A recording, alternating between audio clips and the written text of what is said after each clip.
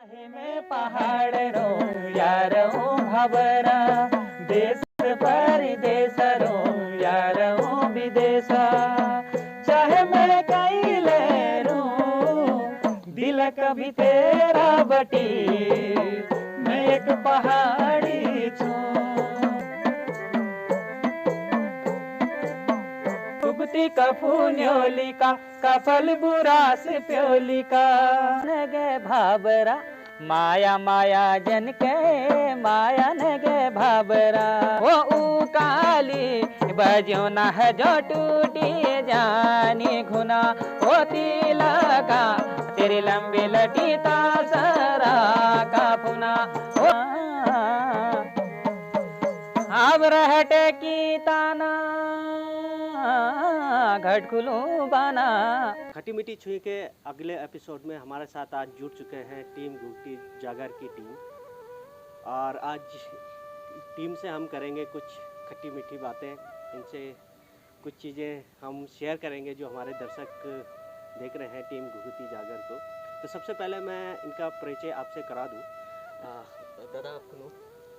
मेरा नाम राजेंद्र सिंह ढेला है और मैं इस टीम में लिखते हैं हम लोग गीत और गाते भी हैं।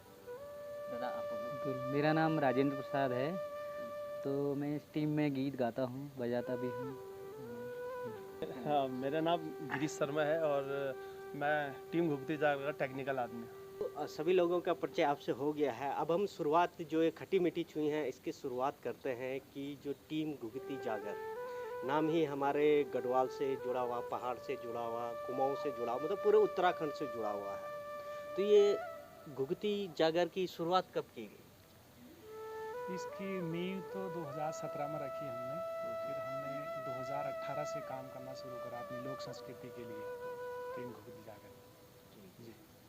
तो दादा इसमें ये कितने लोग आप इससे जुड़े, कितने जब शुरुआत हुई, कैसे इसकी शुरुआत हुई, मतलब कितने लोग थे उस समय, अभी कितने लोग आप हैं?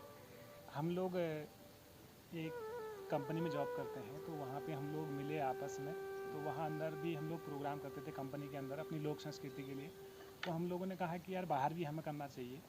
तो 2017 से हम लोग 2018 से फिर सोशल मीडिया के ज़रिए काम करने लगे। और 3 लोग तो हम लोग हैं ही इसमें, लेकिन बीच में हमको ज़रूरत होती है कुछ और लोगों को ऐड करने की, जैसे कोई ग्रुप बनाने की, किसी गाने को बनाने की या कुछ वीडियोस बनाने के लिए, तो हम लोग उनको ले लेते हैं। और कुछ लोग नए लोग भी आ सकते हैं हमारे साथ, जैसे कोई ये कहता है कि यार मेरी प्रतिभा को भी लोगों तक पहुंचाओ, तो हम उनको भी ले लेते हैं। तो बेसिकली हम लोग 3 लोग रहें और बाकी लोग आते रहते हैं और कुछ जुड़े ही रहते हैं। जो भी आपको, जो आपकी पसंदीदा धुन है वो थोड़ा सुनाइए। जी, हम पहाड़ को रिप्रेजेंट कर रहे हैं, पहाड़ की लोक संस्कृति, लोक गायन विधाएँ जो हमारे कुमाऊं मंडल से आती हैं, जिसमें न्योली, भगनौल, झोड़ा, चांचरी, गीत, बैर। तो उसमें से एक गीत मैंने लिखा है, अपन मन में पहाड़ ले रहे हूँ, वो काफ़ी लोगों को पसंद है, तो आप सभी को सुनाते हैं। घुघती कफून्योलिका कफल बुरास प्योलिका, घुघती कफून्योलिका कफल बुरास प्योलिका मैं गीत बार ले रही हूँ अपन मन में, हो अपन मन में पहाड़ ले रही हूँ, अपन मन में पहाड़ ले रही हूँ। घुघती कफून्योलिका कफल बुरास प्योलिका, घुघती कफून्योलिका कफल बुरास प्योलिका मैं गीत बार ले रही हूँ अपन मन में, हो अपन मन में पहाड़ ले रही हूँ, अपन मन में पहाड़ ले रही हूँ।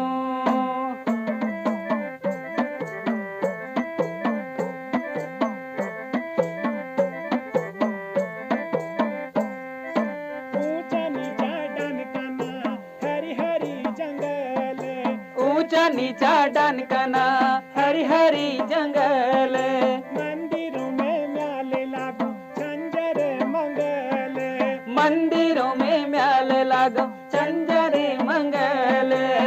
मैं मंदिरों प्रसाद ले रही हूँ अपन मन में, हो अपन मन में पहाड़ ले रही हूँ, अपन मन में पहाड़ ले रही हूँ, अपने मन में पहाड़ ले रही हूँ।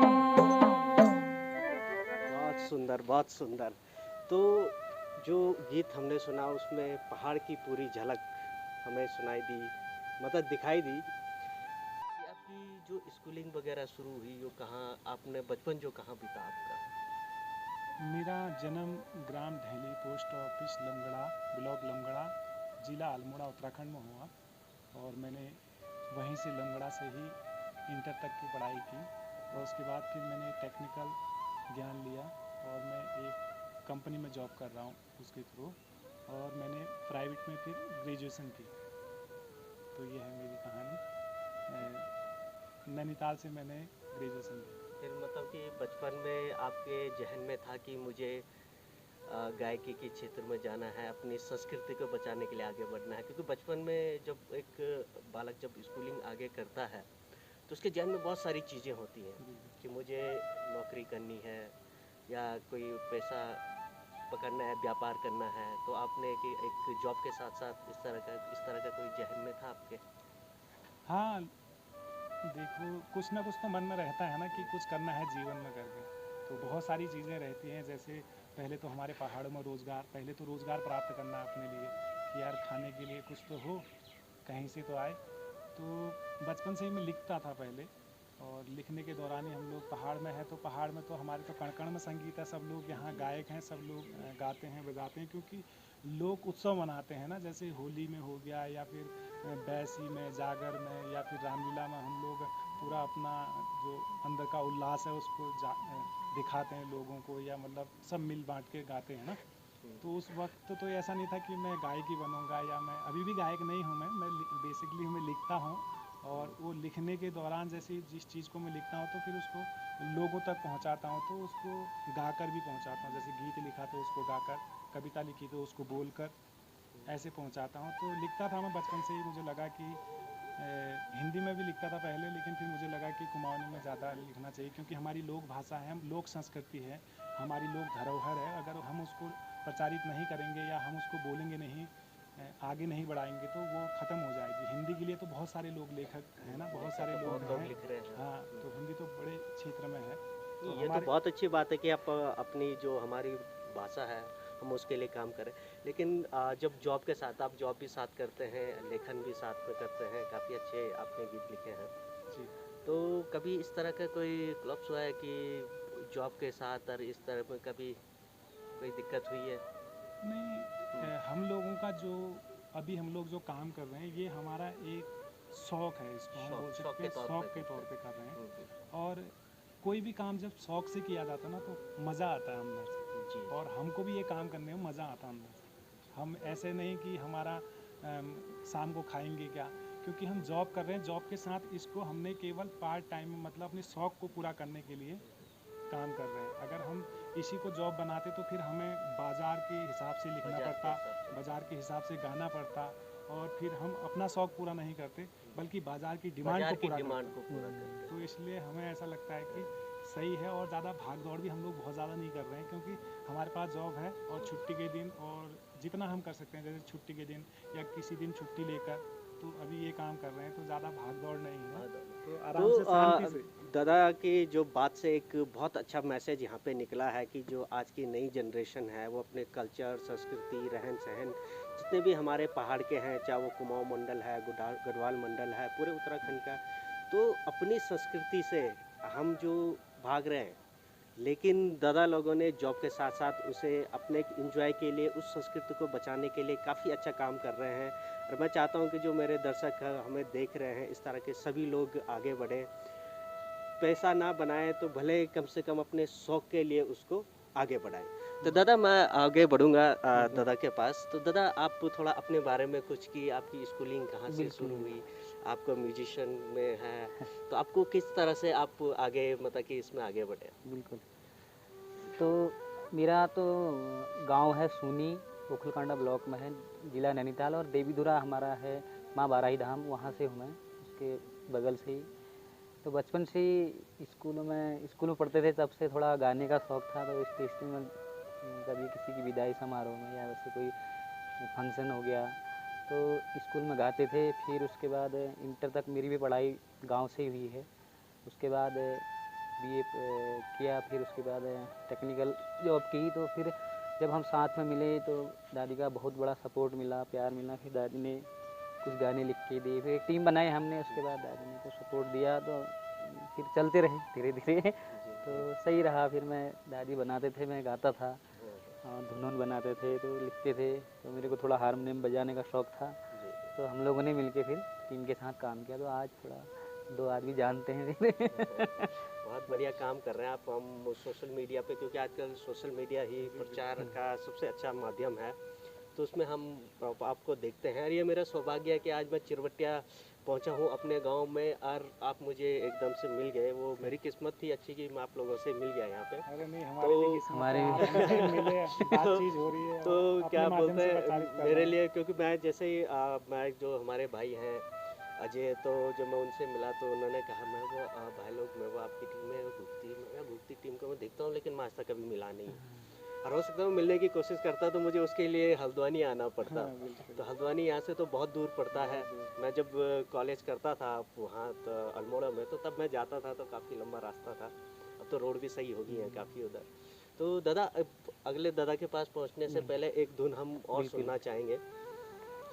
तो अभी हम लोग ज़्यादातर हमारी कोशिश क्या रहती है कि हम जो भी गाना अपने शौक के लिए बना रहे हैं, लेकिन उसमें लोक संस्कृति निहित हो, कहीं ना कहीं कि एक अच्छा संदेश, एक मैसेज जाए लोगों पर और लोग उसको प्यार दें। तो हमने एक पलायन पर गीत लिखा, मायन हगे भावरा।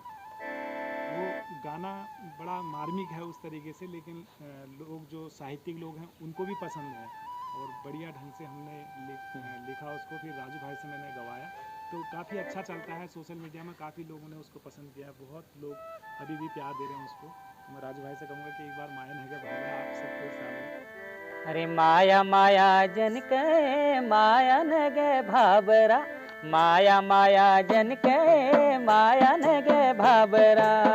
गाड़ी विला बुक कर, गाड़ी विला घर बुले, गाड़ी विला बुक कर, गाड़ी विला घर बुले। गाड़ी में भैबेरा माया न गे भाबरा, गाड़ी में भैबेरा माया न गे भाबरा। माया माया जन के माया न गे भाबरा, माया माया जन के माया न गे भाबरा।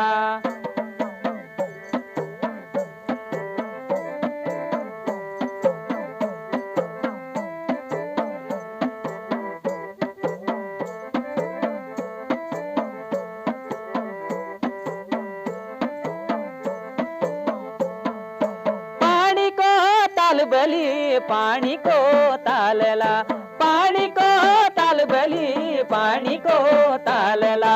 माया न गे भाबर मेरे गो मलालला, माया न गे भाबर मेरे गो मलालला, मेरे गो मलालला।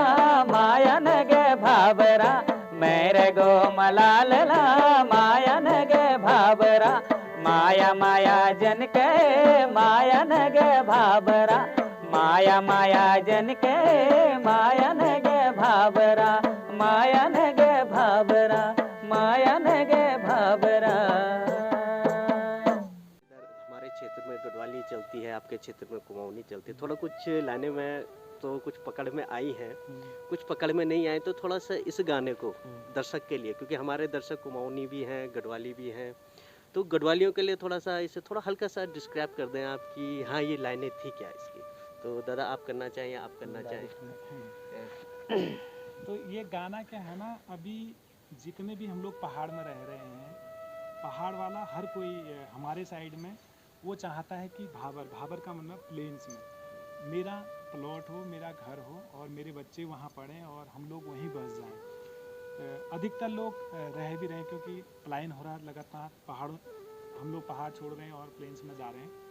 तो यही भाव लेकर कि वो कहता है कि जो पहाड़ की माया है ना, वो हमारी अभी हम दिल के अंदर से हम लोगों ने ये सोच लिया है कि पहाड़ में कुछ नहीं है, हम लोग पलायन करें और भाबर में बसें। तो यही वो गीत में कह रहा है। लेकिन जो माया लगी वो प्लेन्स की तरफ लगी, वो भाबर में चले गई है और भाबर में लग गई है। लेकिन वहाँ के कुछ लोग जो हम लोग पहाड़ प्रेमी कह सकते हैं, जिनको भी पहाड़ से, अपने पहाड़ों से प्रेम है, प्रेम तो सबको है, तो कहीं ना कहीं जा तो रहे हैं लेकिन बहुत कुछ पीछे भी छूट रहा है, तो कहीं ना कहीं मलाल भी लग रहा है कि यार अपनी जन्मभूमि, अपनी ये पितरों की मतलब भूमि, पहाड़ छूट रहे हैं। तो इसी को भाव को लेकर मैंने लिखा है ये। लिखा है, बहुत खूबसूरत लिखा है यार। आज ये वाला जो एपिसोड है, हम खुले आसमान के नीचे चिरवटिया में इसे दादा लोगों से बात कर रहे हैं, और चारों तरफ मैं नज़र तो दौड़ा रहा हूँ, लोग घरों से बाहर आके, घरों तक, लोगों तक शायद आवाज़ यहाँ की पहुँच रही है, गीत पहुँच रहा है, तो लोग सभी बाहर आ चुके हैं। तो इसी थोड़ा आगे बढ़ते हैं दादा के पास। दादा वैसे टेक्निकल देखते हैं, और टेक्निकल के साथ साथ आप क्या देखते हैं? आप थोड़ा अपने बारे में थोड़ा हमारे दर्शकों को थोड़ा परिचय कीजिएगा। मेरा नाम गिरीश शर्मा है और मैं टीम घुघुती जागर का टेक्निकल आदमी हूँ। तो मैं, मेरी जो प्रारंभिक जो पढ़ाई लिखाई हुई है वो सल्ट से हुई है। ये उसमें आता है, हाँ ना अल्मोड़ा डिस्ट्रिक्ट में आता है, अल्मोड़ा डिस्ट्रिक्ट में आता है सल्ट मोलेखाल। ये मानिला जो मंदिर है मानिला देवी का, उस वाली लाइन पे पड़ता है। उसके बाद ज़्यादा मैं वहाँ रहा नहीं, थोड़ा प्रारंभिक शिक्षा वहाँ से भी, बाकी फिर उसके बाद जो सीनियर एजुकेशन थी वो यहीं हल्द्वानी से करी, और उसके बाद हम एक संस्थान में यहीं रुद्रपुर में नौकरी कर रहे हैं अभी प्रेजेंट टाइम पे। तो वहीं हमारी मुलाकात हुई। तो जहाँ हम जॉब करते हैं तो वहाँ पर बहुत सारे इवेंट होते हैं, जैसे अब संस्थान है तो वहाँ हर एक चीज़ होती है, क्वालिटी, सेफ्टी, ये हर एक चीज़। तो उन चीज़ों में हम लोग हिस्सा लेते थे। तो वहाँ पर हमारी मुलाकात हुई। तो जैसे ये गाते थे, दादी लिखते हैं, तो वहाँ पर हम फिर अब वो मतलब जब हम लोगों को मिलना हुआ तो फिर उसके बाद एक उन्होंने कहा यार बाहर भी कुछ करें ऐसा कि आज, क्योंकि अब सोशल मीडिया फिर अच्छा खासा डेवलप हो गया था, तो उन्होंने कहा बाहर भी कुछ ऐसा कर सकते हैं क्या। फिर उन्होंने कहा ठीक है। अब ये लोग लिखते थे, वो करता था, तो फिर उसके बाद अब मेरे को ज़्यादा इसका नहीं था नॉलेज। मैं ढोलक बजाता था, मतलब इंस्ट्रूमेंट मैंने सीखा था, मैं तबला सीखा था, तो मैं ढोलक बजाता था इनके साथ बैठ के। कि धीरे धीरे ऐसा हुआ कि यार अब जो अपना काम, मतलब जो हम काम कर रहे हैं इसको थोड़ा सा लोगों तक भी पहुँचाएँ। तो उसके लिए फिर हम सोशल मीडिया में आए। अब सोशल मीडिया को हैंडल करने के लिए भी एक आदमी चाहिए, फिर उसको रिकॉर्ड करना है, फिर हमको कैमरों की ज़रूरत, फिर हम कैमरे की तरफ गए, फिर हमने कैमरे लिए, फिर उसको चलाना, फिर उसको वो सीखा। फिर धीरे धीरे और भी चीज़ें चेंज हुई। फिर जैसे हम कैमरे में काम करते हैं तो उसके बाद उसको फिर एडिट करना था, एडिट करना भी सीखा उसके बाद। और ये खुद ही से सीखा, मतलब जैसे आप मिल गए, आपने थोड़ा बहुत मुझे बता दिया, ऐसी मतलब बहुत सारे लोगों ने सपोर्ट भी करा इस टाइम। हाँ, थोड़ा थोड़ा करके सब लोगों ने फिर सपोर्ट करा, तो फिर ठीक है। लेकिन उसमें क्या है कि जब तक आप खुद नहीं करोगे तब तक नहीं हो पाता है वो। तो फिर खुद जब करा तो उसके बाद फिर उन चीज़ों में रहे। और अभी प्रेजेंट टाइम पे हम जो अपने गाने वाने करते हैं, हमने रिकॉर्डिंग भी हम करते हैं, जैसे जो रिकॉर्डिंग सॉफ्टवेयर है वो भी हम मतलब फिर सिस्टम में सारा काम अभी जो है वो करते हैं। और छोटा मोटा स्टूडियो भी हमने अपने घर पर सेटअप किया हुआ है। वैसे तो हमने नेचर को ही अपना स्टूडियो बनाया था। हमारी जो शुरुआत है वो नेचर से ही है। मतलब हमारे जब गाने कभी भी आपने जो सोशल मीडिया में, फेसबुक के माध्यम से, यूट्यूब में देखे होंगे, हमने इस मतलब जो प्रकृति है ना, इसी को ही अपना स्टूडियो बनाया था। हाँ, भाई यहीं से शुरुआत हुई। और आज सब लोग हम साथ में हैं, और आज आपसे भी मिलने का सौभाग्य कि यहाँ ये कहाँ हल्द्वानी से इतनी दूर चिरवटिया में मिला।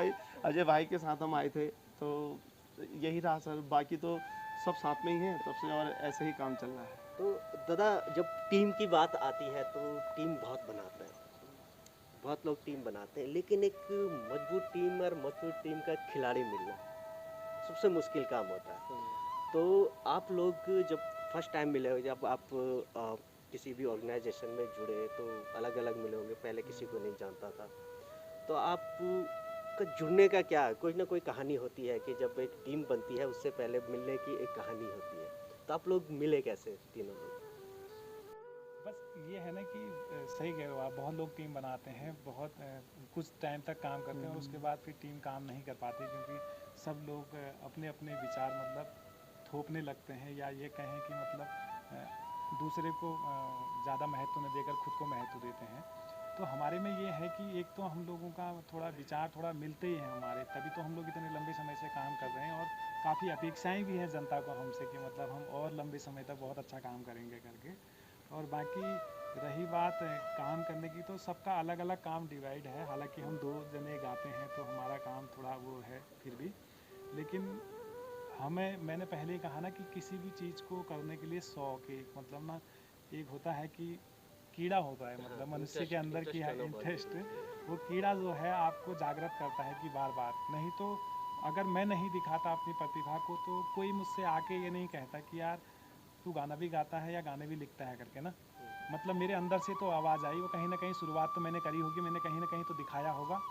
तो वही चीज़ जब दिखाया तो इनके अंदर भी वो था, लेकिन हो नहीं पा रहा था। क्या है ना कि म्यूज़िक टीम बनाना ये एक थोड़ा सा मतलब उसके लिए 2-3 जने तो चाहिए ही चाहिए। अभी तो हमारे पास बहुत कम संसाधन है, मतलब ये ना इंस्ट्रूमेंट, नहीं तो सही बात। 6-6 जनों की टीम होती है म्यूज़िक के लिए, 10-10 जनों की टीम होती है। लेकिन मुझे लगता है कि कम लोग हैं तो अच्छे लोग हैं और उसी को आगे को बढ़ाना चाहिए, यही टीम है। और बाकी थोड़ा बहुत रहता है कभी कि यार हाँ किसी चीज़ पे मंथन करना, किसी चीज़ पे बातचीत करना, तो हम लोग पहले ही उसको कोई कल के दिन में कोई गलत बात ना हो आपस में, तो कोई भी हम काम करते हैं तो उससे पहले उसके लिए हम लोग तीनों जने आपस में बातचीत कर लेते हैं जी कि ताकि कल के दिन में ये वो ना हो कि यार उसने मुझसे नहीं पूछा या मेरे को नहीं बताया। कोई भी प्रोग्राम मिलता है या कोई भी काम करते हैं, कोई भी प्रोजेक्ट रहता है, तो हम लोग आपस में पहले से ही मंथन कर लेते हैं कि भाई ये काम करना है, कैसा रहेगा। तो सबके अपने विचार हो जाते हैं और विचार होने के बाद अगर सबकी सहमति है तो काम करो आगे को, उसी प्रोजेक्ट पे नहीं है तो छोड़ दो। टीम का डिसीजन होता है, हाँ। पूरा टीम वर्क होता है, उसके साथ आगे बढ़ते हैं। तो दादा साथ में आपने बात करी आप स्टेज परफॉर्म वगैरह भी करते हैं, तो हाँ। स्टेज परफॉर्म आपने कहाँ कहाँ, उत्तराखंड से बाहर आपने अभी तक कहाँ कहाँ स्टेज परफॉर्म किए हैं? स्टेज परफॉर्म में अभी हम लोग क्या नाम करते हैं, उत्तराखंड में तो बहुत सारे ज़िलों में किया है हमने, और मैं आकाशवाणी में भी कविता पाठ कर चुका हूँ, देहरादून दूरदर्शन में भी कर चुका हूँ, और दिल्ली में हम लोगों ने उत्तरायणी में प्रोग्राम किया। अभी एक प्रोग्राम और था ऑडिटोरियम में दिल्ली में, वहाँ पे भी किया।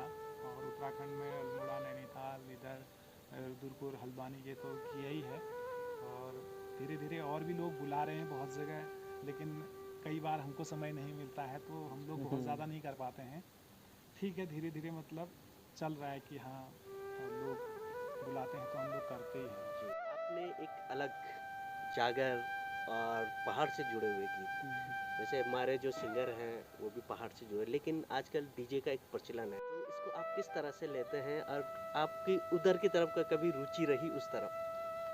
नहीं, जब कोई काम करता है बंदा तो जैसे हम लोग कर रहे हैं, तो मेरा ये मानना है कि हमें हर विधा पे काम करना चाहिए। देखिए डीजे तो एक ऐसा है पैटर्न कि डांसिंग बीट है ना, लोग नाचना चाहते हैं, थिरकना चाहते हैं, अच्छी बात है, थोड़ा बहुत क्या नाम करते हैं। लेकिन हमारा जो लोक संगीत है ना, असल लोक संगीत है, वो उसमें बहुत कनफोड़ू संगीत नहीं था पहले से हमारा।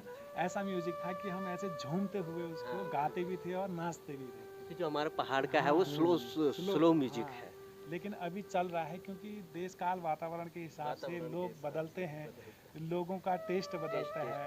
और सबसे ज़्यादा ज़रूरी यह है कि जो दर्शक हैं, जो देखना सुनना चाहते हैं, वो डिसाइड करते हैं कि उनको क्या चाहिए ना। तो अभी ज़्यादातर दर्शक और जो देखने सुनने वाले हैं उनको डीजे सॉन्ग पसंद आ रहे हैं, तभी तो लोग बना रहे हैं ना। अब जब पसंद ही नहीं आएगा तो नहीं बनाएंगे वो लोग ना।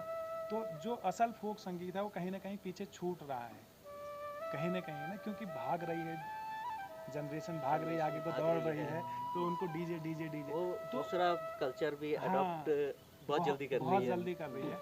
तो इसके लिए मैं तो दर्शकों से भी यही निवेदन करूंगा, और जो अच्छे गायक हैं, गीतकार हैं, उनसे भी यही निवेदन करूंगा कि आप करो ठीक है, क्योंकि बाजार के हिसाब से भी आपको चलना ज़रूरी है, नहीं तो नहीं चल पाएगा ना। वो चीज़ तो सही है, बट थोड़ा सा अपने जो नई जनरेशन है उसको उस तक पहुंचाने के लिए अपना फोक संगीत, हमारा लोक संगीत क्या है, उसको भी पहुंचाना ज़रूरी है। और हम लोगों को काम करना चाहिए उस पर भी, थोड़ा बहुत उनको जानकारी तो हो नई पीढ़ी को। उनको तो कई सारे लोग तो नई क्या नाम कहते हैं, जितने भी मैं बहुत सारे गायक कलाकार हैं, उनको हमारे उधर की जैसे न्योली विदा है या भगनौल है या जोड़ है, उनको आते ही नहीं है। उनको मतलब स्टूडियो के अंदर गए, उनको पैटर्न बनाए डीजे वाला, डीचे उसमें गाया और बाहर आ गए, तो गाना चल भी गया। तो ये तो एक अलग मैटर है, लेकिन फिर भी मुझे लगता है कि कहीं ना कहीं लोक संगीत पे काम करना चाहिए, थोड़ा बहुत तो कीजिए आप, नई जनरेशन तक हमारी जो पुरानी विरासत है उसको पहुंचाइए। नहीं, इसी जो आगे तक विदा हमारी पहुंचानी है, वो सभी जो आपने संदेश दिया है सभी को, कि वो उसे थोड़ा समझे लगाएं कि वक्त के साथ जो आज के दौर के लिए है वो भी गाना गाना ज़रूरी है, लेकिन हमारी संस्कृति को भी साथ लेना बहुत ज़रूरी है। तो दादा एक और हम कोई आपका कोई गीत हो। बिल्कुल। अब जी। आपको सुनाते हैं एक छपेली जो हमारे पहाड़ में होती है ना। छपेली एक विधा होती है जिसमें पहले ज़माने में क्या होता था, छपेली में खड़े जोड़ लगते थे हाँ हाँ हाँ करके, तो उसमें म्यूज़िक नहीं बजता था, ठीक है। उसके बाद गाना बजेगा, फिर डांस होगा, फिर गाना बजने के बाद फिर उसमें छपेली लगे, वो जोड़ लगेगा, फिर वो गाना बजेगा, फिर डांस होगा। वो छपेली आपको सुनाते हैं राज भाई के आवाज़ में।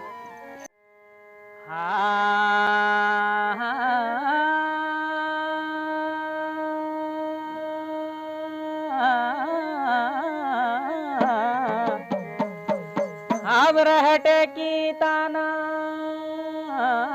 घटकुलू बाना घटल पनली लगा दाजू पनली लकाना ओ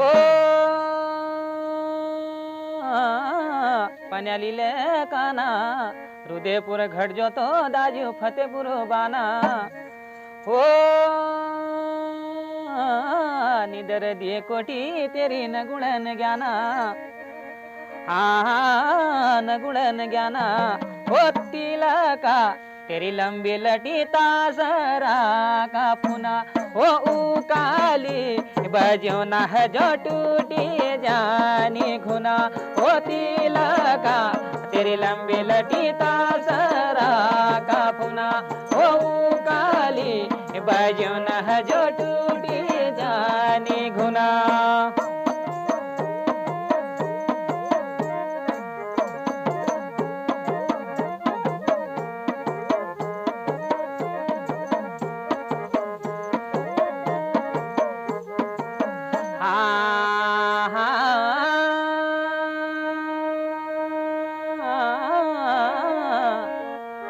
अब जड़िया को सागा नल रिटू नागा जम्बू बोले योगद भई दाजू तू क्या बोले काग ओ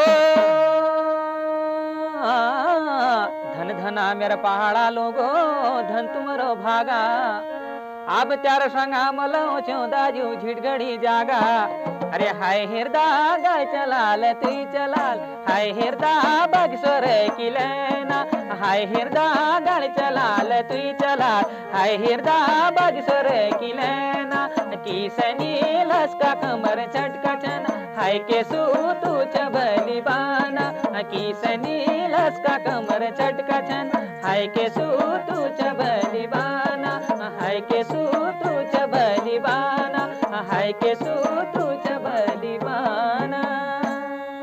बहुत बहुत धन्यवाद। धन्यवाद, बहुत ही खूबसूरत गाना था। तो दादा अब जब गाने की बात हो ही रही है तो हर किसी का एक प्रेरणा स्रोत होता है, तो पहले मैं दादा से पूछूंगा, दादा आपके प्रेरणा स्रोत कौन है हमारे उत्तराखंड में, गायक में, म्यूजिशियन में? मुझे लगता है कि जितने भी लोग पहले से गाए हुए हैं सबको मैं प्रेरणा स्रोत मानता हूँ, लेकिन किसी एक को अगर आप चुनने की बात करेंगे तो फिर उसमें क्या होगा कि जिन्होंने अच्छा काम किया है, जिनका नाम ज़्यादा है, ज़्यादातर लोग उन्हीं का नाम लेते हैं। लेकिन मैं साहित्यिक क्षेत्र से आता हूँ तो मैंने कविताओं से शुरुआत की अपनी। तो सिरदा अनपढ़ हमारे कुमाऊँ के बहुत अच्छे कवि थे और उन्होंने गीत भी लिखे और मंच के कवि थे, बहुत अच्छा हास्य व्यंग सुनाते थे और चुटकी जो सुनाते थे छोटे छोटे चुटकुलों में ना, उसमें इतनी गहरी बात उन्होंने कह रखी है।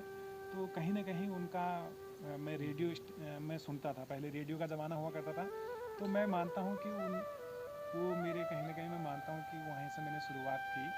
और फिर बाद में गायकी में तो सभी लोग हैं प्रेरणा स्रोत, क्योंकि किसी न किसी से कुछ न कुछ तो हम लोग सीखते ही। और साहित्य में फिर जो अभी हम लोग जिस दौर में हैं और जैसा लोग हमसे अपेक्षा करते हैं, तो एक गिरीश तिवारी गिरधा हैं जिन्होंने जन कवि के नाम से अपना नाम ख्याति प्राप्त की। तो हम भी कोशिश करते हैं कि कहीं ना कहीं जैसे महंगाई पर या फैशन पर, बदलते दौर पर, या जो अभी बीच में कुछ वो एक बहन पर जैसे अंकिता वाला कांड हुआ, तो उस पर भी हमने अपने गीत बनाकर प्रचारित करते हैं। जैसे चुनाव आते हैं तो हम लोग उस पर भी गीत बनाए, नया साल आया तो उस पर भी, और तीज त्योहारों पर उस पर भी, मतलब जनगीतों को, मतलब जन की भावनाओं को लेकर हम भी कोशिश कर रहे हैं कि लिखें और उसको आगे प्रचारित करें। तो यही लोग मेरे प्रेरणा स्रोत हैं। जी, क्योंकि अगर हम गीत के माध्यम से कोई मैसेज अगर पब्लिक तक पहुंचाते हैं तो जल्दी से जल्दी लोगों बिल्कुल, तक पहुंच जाता पहुंच है। जाता तो दादा यही क्वेश्चन मैं आपसे भी करना चाहूँगा कि आपका प्रेरणा स्रोत कौन रहे हैं? बिल्कुल, मेरा जवाब भी यही रहेगा कि जो लोग हमारे पुराने जो लोग को बचाए हुए हैं, जिनने अच्छे काम किए हैं, वही हमारे प्रेरणा स्रोत हैं, जिनसे हम लोग कुछ सीख रहे हैं। देखो, अभी भी जो हमारे साथ के भी जो अच्छा कर रहे हैं, जो मतलब लोग के लिए कर रहे हैं, तो वो भी हमारे प्रेरणा स्रोत हो सकते हैं, क्योंकि उनसे हमने कुछ सीखा है। या पुराने जैसे हमारे लोक गायक हैं, नन्नाथ रावल जी हैं, श्री गोपाल बाबू गोस्वामी जी थे, तो इन लोगों से हमने कुछ सीखा है, तो वही प्रेरणा स्रोत हैं। और ज़्यादा अभी लगे हुए हैं हम लोग, तो सीखने भी हैं। जी जी, ये आपने भी बहुत बढ़िया बात कही है कि हर किसी से कुछ ना कुछ सीखा जाता है और सभी के लिए ये बहुत ज़रूरी है कि हर किसी से कुछ ना कुछ सीखे। तो दादा मैं एक क्वेश्चन, लास्ट क्वेश्चन आपसे करूँगा, क्योंकि काफ़ी देर से मैं आपको ठंडे में बिठा के कोई रखा हूँ। दिक्कत नहीं। तो कोई ऐसा कोई गीत है जो अभी तक आपने पब्लिकली उसे नहीं पहुंचाया है, कोई आने वाला है कोई गीत नया आपका? जी, गीत आ रहे हैं, बट अभी सोशल मीडिया में बहुत जल्दी हम लोग मतलब नहीं करते हैं, जैसे मतलब प्रचारित। आजकल एक दौर ये भी हो गया है कि मतलब कोई भी गाना कहीं से भी कोई भी उठा ले रहा है, कोई मतलब ऐसा हो गया, मतलब को किसी के नाम से कुछ नहीं, मतलब कोई भी कहीं से भी उठा ले और गा दे। जैसे हम लोग भी गाते हैं, पुराने गानों को हम भी लेके आते हैं, पुरानी विधाओं को भी लेके आते हैं, तो हम डिस्क्रिप्शन में या तो वीडियो के माध्यम से बोल देते हैं कि ये फलाने का है, या हमें पता है, तो अगर नहीं पता है तो हम लिख देते हैं कि पारंपरिक है, पहले हमने सुना था, बचपन में सुना था। तो इसलिए हम लोग अभी तो सुनाएंगे नहीं जो पुराना नया हमारा आने वाला है, लेकिन एक तेरे हाथ चूड़ी में राजू भाई की खूबसूरत सी आवाज़ में आने वाला है, और एक माँ पर ईजा, हमारे वहाँ पहाड़ में कुमाऊनी में कहते हैं ईजा, तो वो गीत आने वाला है मेरा। आपका कहना सही है, क्योंकि हम लोग कोई कंटेंट कहीं से उठा लेते हैं लेकिन हम उसे शेयर नहीं देते हैं। जब कोई किसी पे मेहनत करता है तो वो भी मेहनत करता है, उसकी मेहनत को आप उससे ना सही तो एक नाम देके उसमें कि ये उनके जैसे दादा ने कहा कि ये पारंपरिक गीत है, जैसे टीम घुघुती का है तो डाल दिया ये गीत टीम घुघुती जागर का है, तो उससे जिन्होंने बनाया है उन्हें भी खुशी होती है और आप लोग भी खुश रहेंगे। ठीक है, तो दादा जो भी आप बिल्कुल। जो रिलीज ना हो उसे ही गाइए, क्योंकि ये कॉपी का आजकल बहुत बड़ा सीन चल रहा है, ये रियल में चल रहा है इस पे, क्योंकि आपके वर्ड होते हैं, हर किसी के अपने अल्फाज होते हैं जो गीत आया हमारा, दादी ने गाया है, बहुत अच्छा।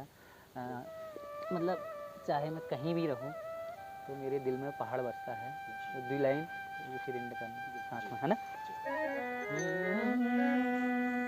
चाहे मैं पहाड़ रहूं या रहूं भंवरा, देश परदेसा रहूं या रहूं विदेशा, चाहे मैं पहाड़ रहूं या रहूं भंवरा, देश परदेसा रहूं या रहूं विदेशा, चाहे मैं कहीं ले रहूं दिल कभी तेरा बटी, मैं एक पहाड़ी छूं, दिल कभी तेरा बटी, मैं एक पहाड़ी छूं, हम छा पहाड़ी, हम छा पहाड़ी, हम छा पहाड़ी, हम छा पहाड़ी, हो हो हो हो हो हो हो हो हो हो हो हो हो हो हो हो। अपने उत्तराखंड वासियों के लिए कोई संदेश भी आपके द्वारा उन्हें देना चाहूँगा, जो भी आप देना चाहें उत्तराखंड वासियों को। बिल्कुल, सबसे पहले तो आप सभी को ये कहना चाहूँगा कि जो अपने पहाड़ की ज़मीन है ना, उसको मत बेचना, और जितने भी युवा हमें देख रहे हैं, भाई साहब नशा मत करना, और जितने भी लोग हैं मतलब नशा मत कीजिए, और अपने पहाड़ की भूमि को मत बेचिए, और जो बाहर रह रहे हैं और डेवलप हैं, थोड़ा कमाते हैं, तो अपने पहाड़ आइए, पहाड़ के लोगों को देखिए। आना जाने में भी क्या होता है ना, जैसे आप यहाँ आएंगे तो जो गाड़ी वाला है उसका भी थोड़ा सा उस किराया मिलेगा, वो भी कमाएगा बेचारा, और जो होटल वाले हैं वो भी कमाएंगे। अपने गांव आइए, अपनी ज़मीन को देखिए, अपने पितरों की भूमि को नमन कीजिए। यहाँ तो देवता हैं, देवता कण-कण हैं, में, तो उनको देवताओं की सबको पूजा पाठ करनी तो जरूरी आई है। तो आप लोगों से निवेदन है कि जो लोग बाहर से देख रहे हैं वो उत्तराखंड आइए, अपने पहाड़ में आइए, अपने पितरों की भूमि को देखिए और अपने अपने बच्चों को भी घुमाइए और पहाड़ आइए, यही कहना चाहेंगे। और आपने हमसे बातचीत करी, आपका आपका बहुत बहुत बिल्कुल धन्यवाद। बहुत ये आभार, हमारे मन धन्यवाद। के उद्गार आप सब तक पहुंचा रहे हैं, इसलिए बिल्कुल। आपका तो शुक्रिया। तो ये थी टीम घुघुती जागर। तो बहुत अच्छी अच्छी बातें बताई हैं तीनों दादा ने हमको। दादा इसलिए बोल रहा हूँ, दादा हमारे कुमाऊँ से होता तो वहाँ पे लहजे में बड़े भाई को दादा ही कहते हैं, तो जब भी मिलते हैं तो मैं दादा ही कहता हूँ। तो ये थी हमारे साथ आज जो हमारे साथ जुड़ी हुई थी टीम घुघुती जागर, खटी मीठी छुई के साथ। बहुत सारी खटी मीठी छुई इन्होंने आज हमारे साथ लगाई। मिलते हैं अब किसी लोक कलाकार, गायक, कलाकार के साथ दूसरे एपिसोड में।